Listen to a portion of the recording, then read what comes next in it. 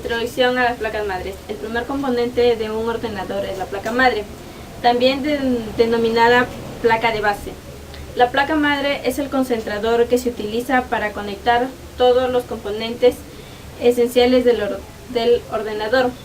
Como su nombre lo indica, la placa madre funciona como una placa materna que toma la forma de un gran circuito impreso con conectores para tarjetas de expansión, módulos de memoria, el procesador, etc. La placa madre es la principal de circuitos impresos y contiene los buses, también llamados rutas eléctricas, que se encuentran en una computadora.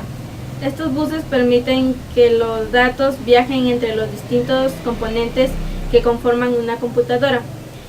Funciones de la placa madre. Lleva y trae información entre los distintos componentes. Es responsable de distribuir la energía eléctrica a los componentes. Permite la comunicación entre dispositivos de distintas tecnologías. Es la encargada de que la información llegue correctamente a su destino.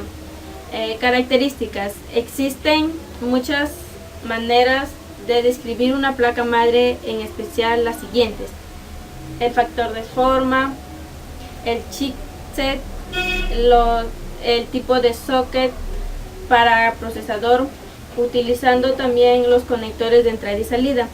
En el factor de forma de la placa madre, el término factor de forma normalmente se utiliza para hacer referencia a la geometría, las dimensiones, las disposiciones y los requisitos eléctricos de la placa madre, para fabricar placas madres que se puedan utilizar en diferentes carcasas de marcas diversas. Se han desarrollado algunos estándares. El AT, miniatura AT tamaño completo, es un formato que se utilizan los primeros ordenadores con procesadores 386 y 486. Este formato fue reemplazado por el formato ATX, cuya forma favorecía una mejor circulación de aire y facilitaba a la vez el acceso a los componentes.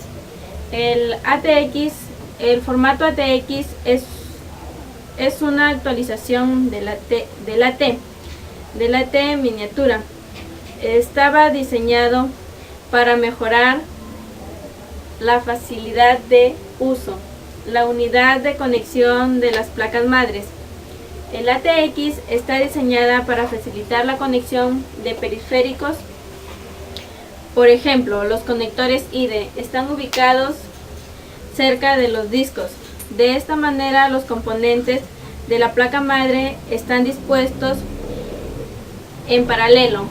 Esta disposición garantiza una mejor refrigeración. El ATX estándar. Tradicionalmente, el formato del estándar ATX es de 305 por 244. Incluye un conector AGP y 6 conectores PCI. El micro ATX.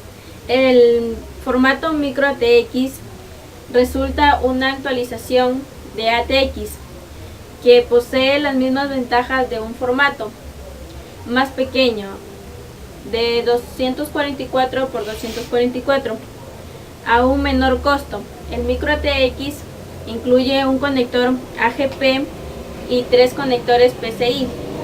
El Flex ATX. El Flex ATX es una expansión de micro ATX que ofrece a su micro ATX de 284 por 208 e incluye a su vez un conector AGP y 4 conectores PCI. En lugar de los 3 del micro ATX, fue diseñado principalmente para mini PC, ordenadores Barebone. El BTX, el formato BTX, tecnología balanceada extendida, respaldado por la marca Intel.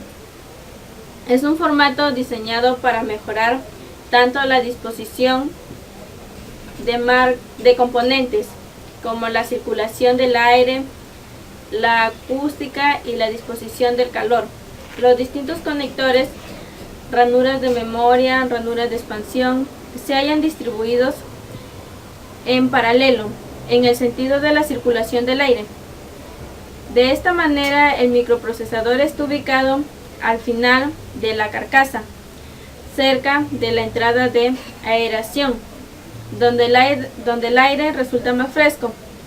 El cable de alimentación del BTX es el mismo que el de la fuente de alimentación del ATX. El estándar BTX define tres formatos. El BTX estándar, con dimensiones estándar de 325 por 286. Este es el glosario de todos los términos que he utilizado en la introducción. El AT, tecnología avanzada; el ATX, tecnología avanzada extendida; el mini ATX, espacio reducido de la tecnología avanzada extendida; el micro ATX, espacio reducido de la tecnología avanzada extendida; el LPX, bajo perfil extendido; el NLX, nuevo bajo perfil extendido; y el BTX, tecnología balanceada extendida. A continuación hablaré sobre las componentes de la placa madre, sobre las funciones de cada uno de ellos y cuáles son, en el caso de las ranuras, cuáles son las tarjetas que soportan. Aquí tenemos el zócalo del CPU. El zócalo es el conector que actúa como interfaz entre la placa madre y el procesador mismo. La mayoría de los sockets y los procesadores del CPU que se utilizan hoy en día se construyen sobre la arquitectura de la matriz de rejilla de pines, en la cual los pines de la parte inferior del procesador están insertados en el socket, permitiendo que el microprocesador y el socket se unan y no se muevan. En este caso tenemos un socket 754. Las bobinas son las que filtran el posible ruido de alimentación. En este caso tenemos un slot de ranura RAM que cuenta con 184 pines y son de un bus de 400. Llegan a insertarse módulos de PC de 3200. Luego tenemos el conector IDE, IDE1 e IDE2. En el IDE1 podemos conectar el disco duro, mientras que en el IDE2 podemos conectar lo que es la lectora. También se puede conectar el disco duro, pero no es recomendable. Se le dice IDE porque se conecta mediante un cable llamado IDE. En este caso tenemos el conector SATA. Es el que sirve para conectar dispositivos de almacenamiento como discos duros, grabadoras, lectoras de discos ópticos. Ha reemplazado en su totalidad al conector IDE. Luego tenemos la ROM BIOS. Tenemos la ROM BIOS. La ROM BIOS es el pequeño programa de un chip de la placa base, el cual su finalidad es mantener cierta información en el arranque de la memoria. Tenemos el chipset NOR. Es el que controla el flujo de datos que se transfieren entre el CPU y la memoria RAM. Puente norte es el que controla y gestiona el flujo de datos que se transfieren entre el CPU y la memoria RAM.